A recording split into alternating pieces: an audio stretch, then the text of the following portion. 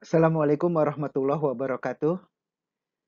Selamat berjumpa lagi pada pembelajaran kali ini. Hari ini kita akan membahas tentang analisa lingkungan pemasaran. Jadi, ketika kita melakukan pemasaran, itu kita harus memperhatikan lingkungan yang ada di sekitar kita. Kita melakukan analisa untuk menentukan konsep pemasaran apa yang tepat yang harus dilakukan oleh perusahaan. Oke, kita lanjutkan. Apa sih lingkungan pemasaran itu?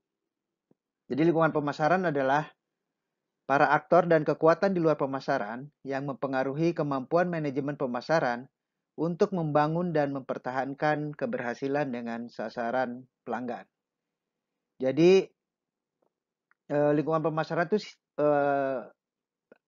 bisa siapa saja yang ada di luar pemasaran itu sendiri yang bisa mempengaruhi ya, bisa mempengaruhi pemasaran di perusahaan. Jadi siapa saja ini bisa berupa orang, bisa juga lembaga, institusi, organisasi, dan segala macam.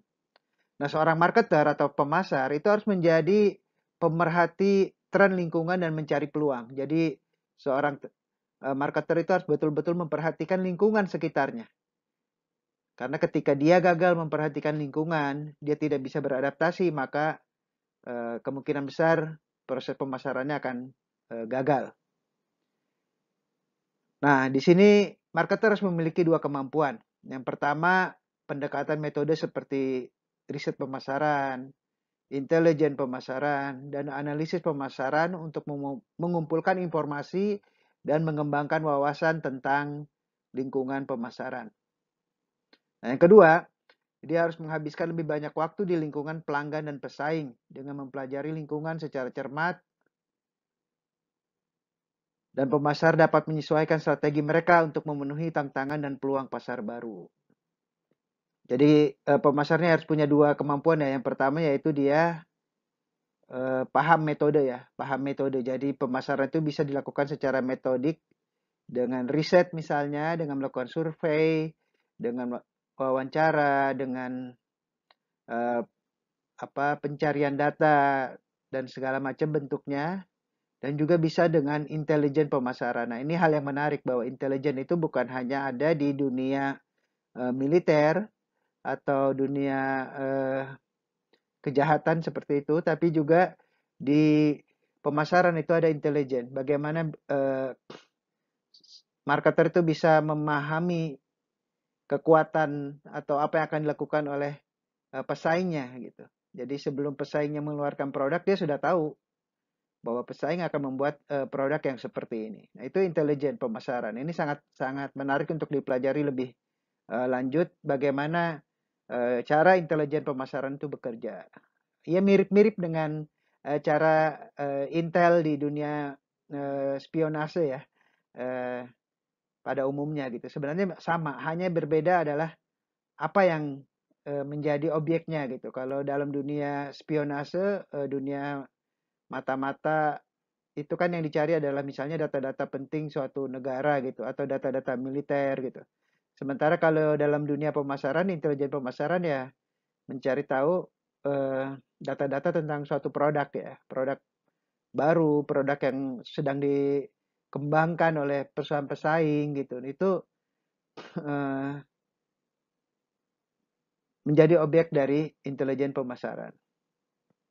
Jadi selain yang kemampuan pertama tadi kemampuan metodik, yang kedua adalah kemampuan dia untuk menghabiskan waktu di lingkungan pelanggan dan pesaing. Jadi dia harus bisa mempelajari lingkungan ya dengan cara dia bergaul atau berada di lingkungan customer-nya dan juga pesaingnya. Jadi dia tahu apa yang dibicarakan oleh customer, apa yang sedang menjadi tren gitu di masyarakat, apa yang sedang dilakukan oleh para pesaing, sehingga dia bisa memenuhi kebutuhan dari konsumen dan juga apa yang dilakukan oleh pesaing.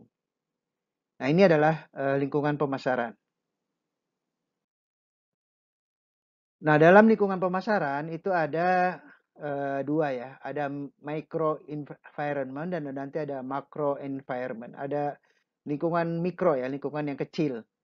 Nah, apa sih micro environment itu? Micro environment adalah pelaku yang dekat dengan perusahaan yang mempengaruhi kemampuannya untuk melayani pelanggan, misalnya perusahaan pemasok, ya misalnya perusahaan ya, terus lalu ada pemasok atau supplier, ada perantara pemasaran, ya ini distributor atau ya agen dan segala macam ya sebutannya. Ada pesaing, kompetitor, ada public, public ini berarti masyarakat secara umum dan ada customer. Nah ini adalah lingkungan kecil pemasaran, jadi lingkungan yang terdekat ya, lingkungan yang terdekat dengan pemasaran itu sendiri. Siapa saja? Yang pertama adalah perusahaan ya, the company. Perusahaan itu sendiri ya, perusahaan itu sangat berpengaruh tentu terhadap pemasaran. Apa yang dilakukan perusahaan, strategik bisnisnya, strategik manajemennya seperti apa, itu nanti akan berpengaruh terhadap pemasaran, visi misi perusahaan dan lain sebagainya. Lalu ada supplier ya, pemasok nih, pemasok ini sangat penting ya, karena apa yang kita lakukan, proses produksi dan segala macam itu sangat tergantung dari supply yang diberikan oleh pemasok. Lalu ada marketing intermediaries ya, ini adalah perantara ya, distributor, agen, itu sangat penting dalam proses pemasaran. Lalu ada juga competitors ya, pesaing, sangat berpengaruh ya terhadap pemasaran. Bahkan terkadang kalau bisa jadi suatu pemasaran kita bisa berubah ketika kompetitor kita itu melakukan sesuatu yang strategi yang berbeda gitu ya. Jadi kayak kita melakukan aksi reaktif atau counter gitu ya terhadap apa yang dilakukan oleh competitors. Lalu publik ya atau masyarakat juga itu sangat penting. Masyarakat secara umum apa yang terjadi di masyarakat itu pasti akan sangat berpengaruh ke pemasaran kita. Dan the last but not the least itu adalah customer itu sendiri. Ya tentu tujuan dari pemasaran adalah ke konsumen kita gitu ya. Nah, tentu ini menjadi faktor penting yang tidak boleh kita lupakan dan ini sangat berpengaruh terhadap pemasaran. Oke, selanjutnya kita akan melihat yang makronya, macro environment. Nah, perusahaan itu tentu tidak lepas dari lingkungan yang lebih besar, yaitu lingkungan yang makro ya, yang sangat mempengaruhi lingkungan mikro yang tadi ya. Jadi macro environment adalah kekuatan lebih besar yang mempengaruhi lingkungan mikro seperti kekuatan demografis, ekonomi, alam, teknologi, politik, dan budaya. Nah ini jadi lingkungan besar ya yang sangat berpengaruh juga terhadap perusahaan. Tapi tentu pengaruhnya adalah pengaruh tidak langsung ya. Jadi tidak, karena ini makro ya sifatnya jadi lebih besar. Nah ini tentu harus diperhatikan juga oleh perusahaan, oleh para pemasar ya. Nanti kita akan bahas satu persatu macro environment itu seperti apa. Nah, misalnya kita lihat di sini adalah demografi. Demografi adalah studi tentang karakteristik populasi manusia. Jadi di lingkungan demografis saat ini menunjukkan perubahan struktur ya, usia penduduk, pergeseran profil keluarga, pergeseran geografis, populasi penduduk yang lebih berpendidikan. Nah, ini karakteristik populasi ini sangat penting untuk pemasar. Pemasar harus tahu berapa jumlah penduduk, berapa jumlah laki-laki, berapa jumlah perempuan, berapa yang berusia muda, berapa yang berusia tua, yang anak-anak, dan segala macam karakteristik dari penduduk ya, yang dari sisi tempat tinggal misalnya di desa, di kota, lalu dari sisi pendidikan misalnya SD, SMP, SMA, perguruan tinggi gitu. Itu sangat berpengaruh terhadap nanti produk yang akan kita buat ya, yang akan dipasarkan gitu. Jadi demografis itu sangat penting untuk dipahami oleh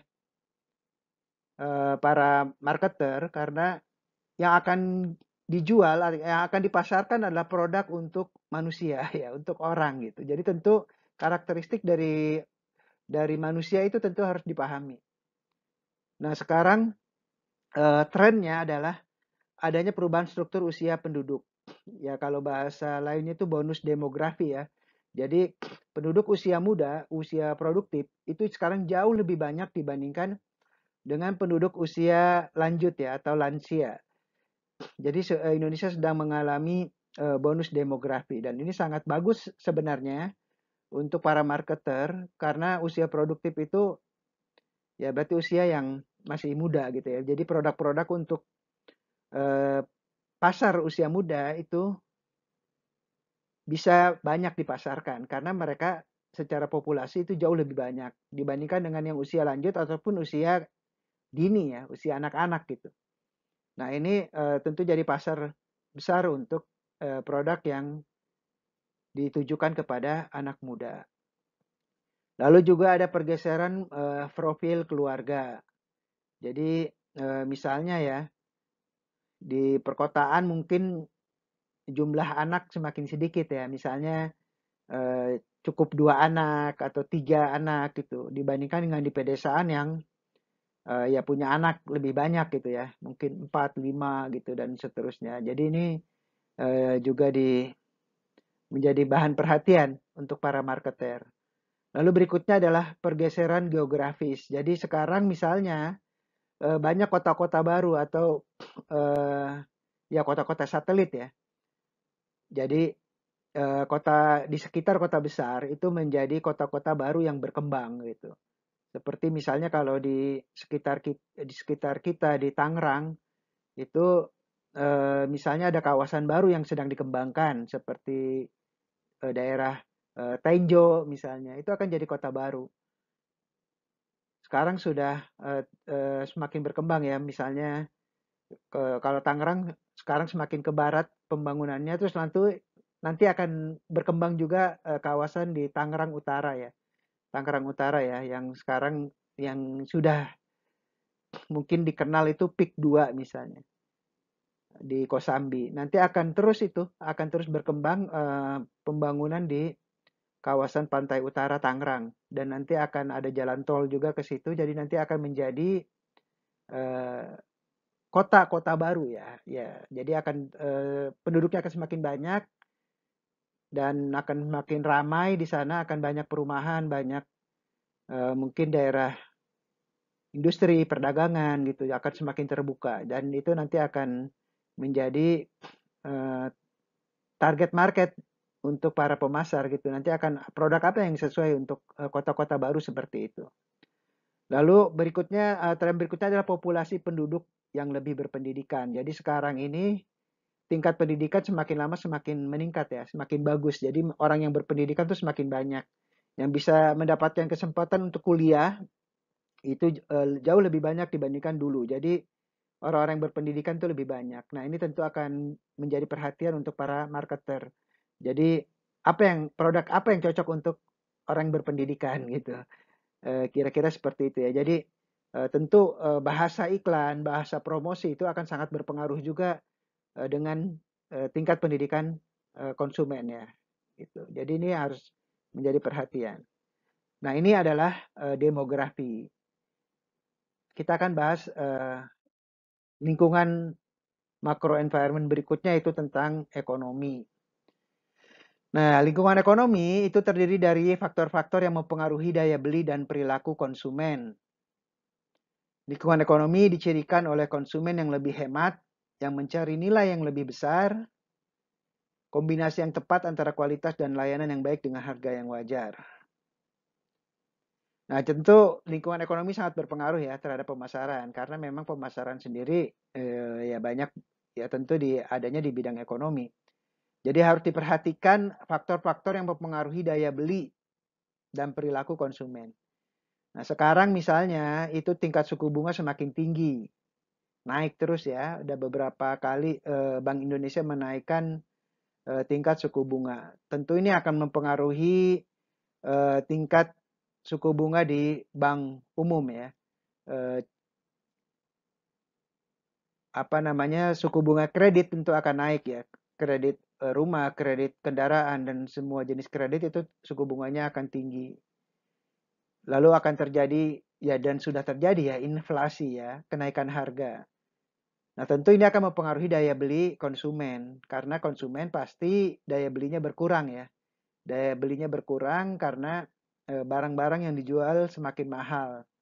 Nah, tentu konsumen harus memilih nih. Nah, ini nanti berkaitan dengan perilaku konsumen. Konsumen akan memilih menggunakan uang yang dia miliki sebaik-baiknya. Tentu mana yang didahulukan? Ya tentu adalah barang kebutuhan primer. Ya seperti makan minum gitu. Terus apa namanya? Ya kalau ini sandang pangan papan gitu ya. Jadi sandang ya pakaian, pangan itu ya makanan ya. Tentu akan didahulukan, lalu papan ya rumah. Jadi cicilan rumah itu pasti akan harus mau nggak mau dibayar. Makanan pokok itu pasti harus dibeli. Nah, sisanya ada kebutuhan yang berikutnya ya, mungkin transportasi, mungkin telekomunikasi ya, kebutuhan akan pulsa itu sekarang tidak bisa dihindari. Nah, tentu berarti konsumen akan mengurangi untuk membeli barang-barang yang tidak terlalu penting. Mungkin jajannya mereka, cemilan itu akan berkurang pembeliannya. Kenapa? Karena itu bukan kebutuhan utama. Nah, seperti dijelaskan ya di slide bahwa lingkungan ekonomi dicirikan oleh konsumen yang lebih hemat, yang mencari nilai yang lebih besar. Kombinasi yang tepat antara kualitas dan layanan yang baik dengan harga yang wajar. Nah, ini dalam kondisi ekonomi sekarang misalnya, tentu perusahaan harus memiliki strategi pemasaran yang tepat. Bagaimana dengan suku bunga yang tinggi, inflasi yang tinggi, sementara pendapatan masyarakat itu tetap. Nah, tentu mereka harus memilih untuk memprioritaskan pengeluaran mereka. Nah, ini bagaimana para pemasar itu harus memiliki strategi yang tepat untuk tetap bisa menjangkau dan menarik perhatian konsumen gitu. Nah, ini faktor ekonomi ya yang sangat berpengaruh terhadap pemasaran. Yang berikutnya adalah faktor alam ya atau natural. Lingkungan alam menunjukkan 3 tren utama, yaitu kekurangan bahan baku tertentu, tingkat polusi yang lebih tinggi, dan lebih banyak intervensi pemerintah dalam pengelolaan sumber daya alam. Nah, hal ini menciptakan peluang pemasaran bagi perusahaan yang sadar dan peduli lingkungan. Sekarang nih kesadaran lingkungan semakin kuat ya, semakin bagus. Banyak isu-isu ekonomi yang diangkat menjadi bagian dari pemasaran ya, seperti green economy, seperti apa namanya, pengurangan sampah dan segala macam ya, sehingga banyak berpengaruh terhadap pemasaran ya. Misalnya pembatasan penggunaan kemasan plastik ya, lalu menggunakan plastik yang bisa didaur ulang gitu ya. Nah, seperti itu isu yang menarik dan menjadi perhatian dari pemasar. Jadi bisa berpengaruh terhadap apa namanya, konsumen ya, karena konsumen akan memilih produk yang lebih ramah lingkungan dibandingkan dengan yang mencemari lingkungan. Jadi tadi penggunaan sampah yang penggunaan plastik yang bisa didaur ulang itu tentu akan menjadi pilihan dibandingkan dengan plastik biasa ya. Dan contoh-contoh lain ya, misalnya kalau perumahan ya, perumahan yang hijau, yang banyak pepohonan, yang banyak menjaga kelestarian alam gitu.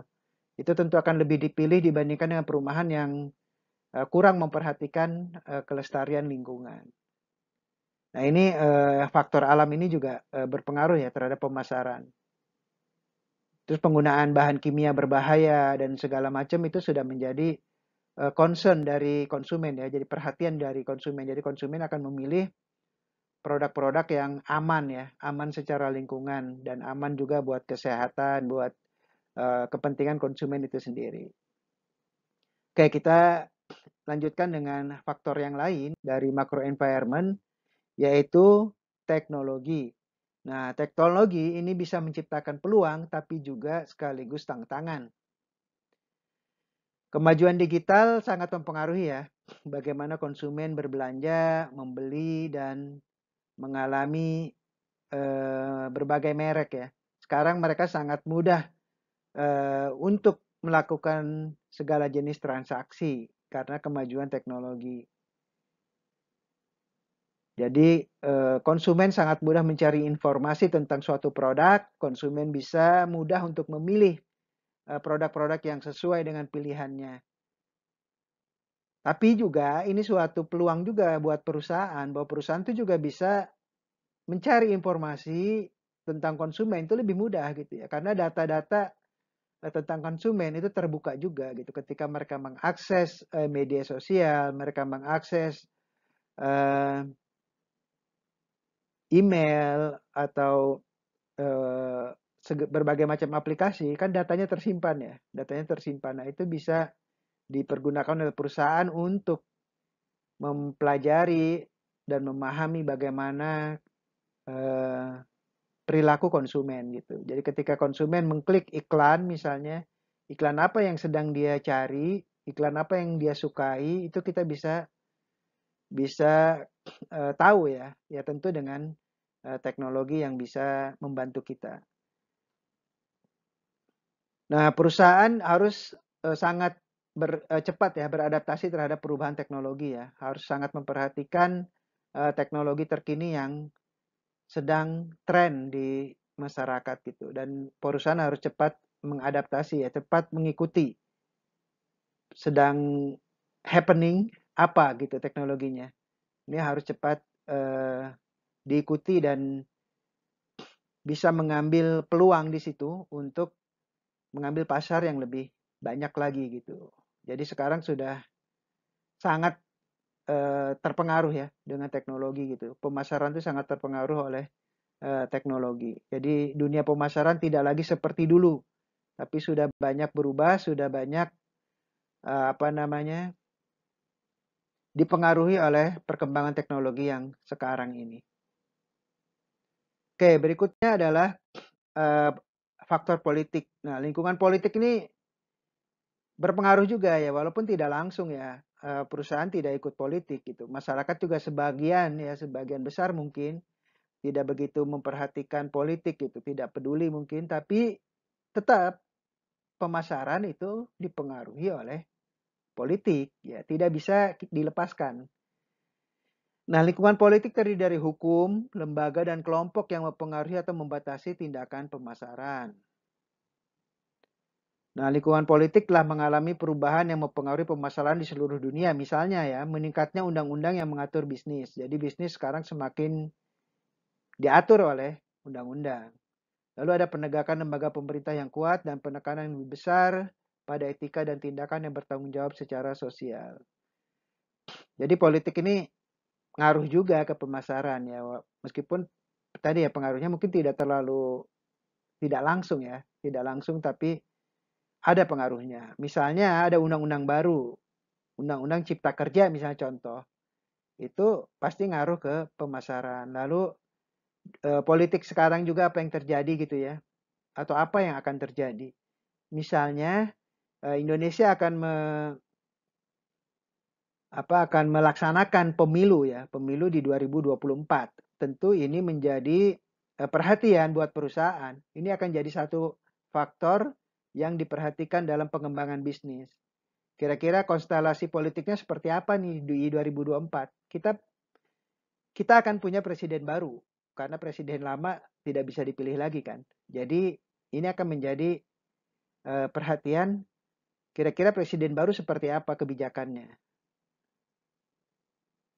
Nah, ini harus diperhatikan oleh perusahaan dan akan berpengaruh juga terhadap strategi bisnis yang diambil ya.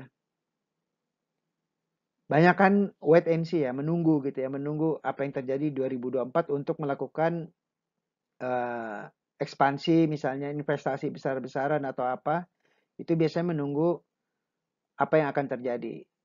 Karena sangat berpengaruh ya.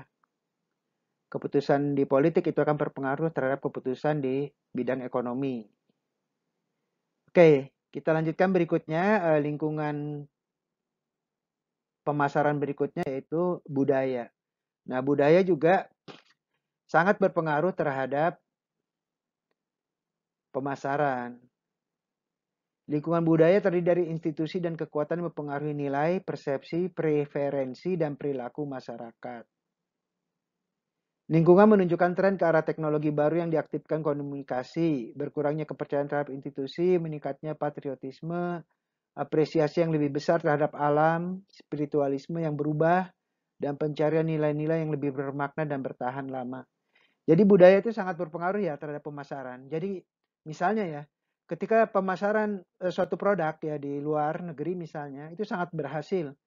Nah, ini belum tentu ketika produk itu dibawa ke dalam negeri, itu akan mempunyai tingkat keberhasilan yang sama. Karena konsumennya itu berbeda budaya, tidak sama ya. Jadi tidak tidak otomatis gitu. Ketika suatu produk berhasil di suatu negara atau suatu daerah, itu akan berhasil di negara yang lain gitu. Karena budayanya sangat berbeda. Saya ambil contoh ya, misalnya kebetulan saya dulu pernah tinggal di Malaysia misalnya. Malaysia dan Indonesia itu ya satu rumpun, tapi budayanya tidak selalu sama. Tidak selalu sama, perilaku konsumennya tidak selalu sama. Misalnya di Malaysia untuk mobil, itu mereka sangat suka dengan matic ya. Jadi sangat jarang ada mobil yang manual. Jadi sebagian besar tuh matic. Di Indonesia mungkin mobil manual masih banyak, masih lebih laku dibandingkan mobil matic gitu. Nah ini masalah budaya, masalah kebiasaan dan juga lingkungan ya. Karena jalan-jalan di Malaysia ya kalau mobil matic kan bagusnya untuk jalan-jalan di perkotaan ya. Jalan-jalan yang mulus, yang lurus gitu.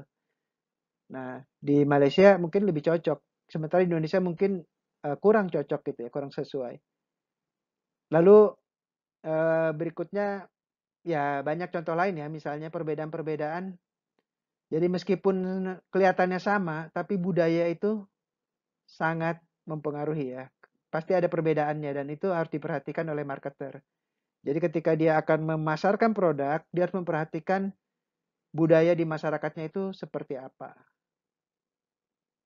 Nah ini penting juga ya untuk diperhatikan jangan sampai apa namanya marketer gagal gagal memasarkan produk karena tidak memperhatikan budaya. Contoh yang gagal misalnya adalah ketika mungkin teman-teman mahasiswa memperhatikan kasus Holy Wing ya, Holy Wing tempat makan ya konsepnya kayak restoran atau kayak bar yang menjual alkohol juga selain makanan ya. Nah, kesalahannya adalah ketika dia tidak memperhatikan budaya dengan melakukan promosi yang tidak tepat gitu, sangat tidak tepat ketika dia mempromosikan untuk memberikan minuman gratis atau diskon kepada orang yang bernama Muhammad misalnya. Nah, itu kejadian kan seperti itu ya tentu ini sangat contoh sangat buruk ya kegagalan pemasaran gitu. Artinya dia tidak memperhatikan faktor budaya. Mayoritas di Indonesia adalah Muslim gitu. Maka ketika ada promosi seperti itu tentu akan tidak tepat gitu. Tidak tepat dan menimbulkan permasalahan akhirnya sampai tempat usahanya ditutup gitu. Karena memang ini sangat tidak tepat ya. Promosi yang tidak tepat dan tidak memperhatikan budaya masyarakat setempat.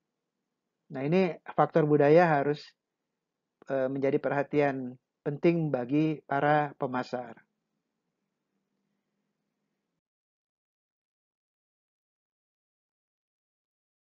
Lalu yang terakhir adalah bagaimana reaksi perusahaan terhadap lingkungan pemasaran. Jadi ada dua ya reaksinya yang bisa dilakukan oleh perusahaan. Yang pertama, perusahaan bisa secara pasif menerima lingkungan pemasaran sebagai elemen yang tidak bisa dikendalikan, yang harus mereka adaptasi, menghindari ancaman, dan mengambil keuntungan dari peluang yang muncul. Jadi pilihan pertama bagi perusahaan adalah dia pasif aja, menerima aja apa adanya gitu. apa yang terjadi di lingkungan sekitar perusahaan itu dia menerima, ya, menerima saja sebagai sesuatu yang memang nggak bisa dia rubah menurutnya gitu. Jadi ya udahlah kita mengikutin aja gitu. Nah itu pilihan pertama. Nah ada pilihan kedua, reaksi perusahaan, yaitu perusahaan bisa mengambil sikap proaktif, ya, bekerja untuk mengubah lingkungan daripada hanya bereaksi terhadapnya. Bila memungkinkan, perusahaan harus mencoba untuk menjadi proaktif daripada reaktif. Nah, ini kebalikan dari yang pertama tadi, perusahaan bisa mengambil sikap proaktif, ya, bekerja untuk mengubah lingkungan. Contoh ya, misalnya lingkungan alam saja misalnya ya. Lingkungan alam sekitar perusahaan kurang bagus. Banyak terjadi kerusakan lingkungan misalnya. Sering banjir, terus sering ada apa namanya kerusakan lingkungan ya. Banyak penebangan pohon dan segala macam gitu. Nah, perusahaan bisa mengambil inisiatif misalnya untuk menanam pohon, untuk merawat lingkungan gitu. Jadi misalnya banjir akan berkurang ketika perusahaan ikut berperan serta dalam merawat lingkungan, dan ini tentu akan berpengaruh juga terhadap perusahaan. Selain dari sisi marketing ya, bahwa nama baik perusahaan akan meningkat ya, brand image-nya akan bagus juga. Ya, lingkungan di sekitar perusahaan akan terjaga dan tentu kelangsungan hidup perusahaan juga akan lebih baik gitu ya ketika lingkungan di sekitarnya juga mendukung ya, mendukung keberadaan dari perusahaan itu sendiri. Nah, itu pilihan ya, pilihan. Perusahaan mau diam saja, pasif, atau dia bisa proaktif. Itu tentu pilihan. Kalau lebih baik tentu proaktif ya.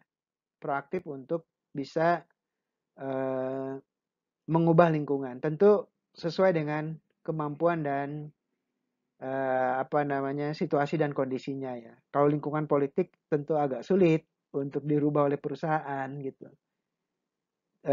Tapi kalau lingkungan alam mungkin bisa gitu.